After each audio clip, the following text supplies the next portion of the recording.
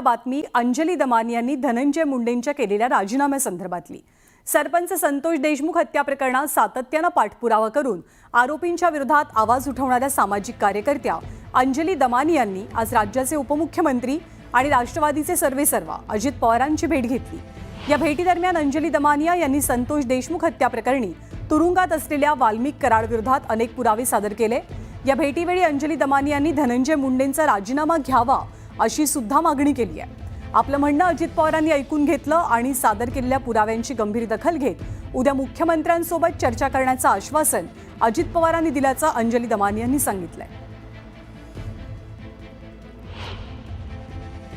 राजीनामा का घेत नाहीत तर तुम्ही पुरावे म्हणत होतात ना, ते सगळेचे सगळे पुरावे घेऊन मी त्यांना भेटायला गेले। आज त्यांना मी दाखवलंय की कसं धनंजय मुंडे, राजश्री मुंडे आणि वाल्मिक कराड यांचे एकत्र बिझनेसेस कसे आहेत, त्यांच्या कंपन्यांमध्ये आर्थिक नफा कसा मिळतोय आणि कसं ऑफिस ऑफ प्रॉफिट मध्ये हे सगळं बसतंय आणि म्हणून तुम्ही कुठल्याही परिस्थितीत त्यांचा राजीनामा घेतला पाहिजे।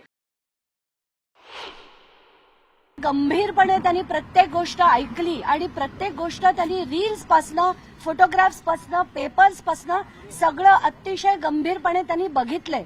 याचा अर्थ ते आता जर एवढं दाखवून सुद्धा जर त्यांनी कारवाई नाही केली तर ते अतिशय चुकीचं घडेल आणि ते करतील अशी अपेक्षा नक्कीच आहे।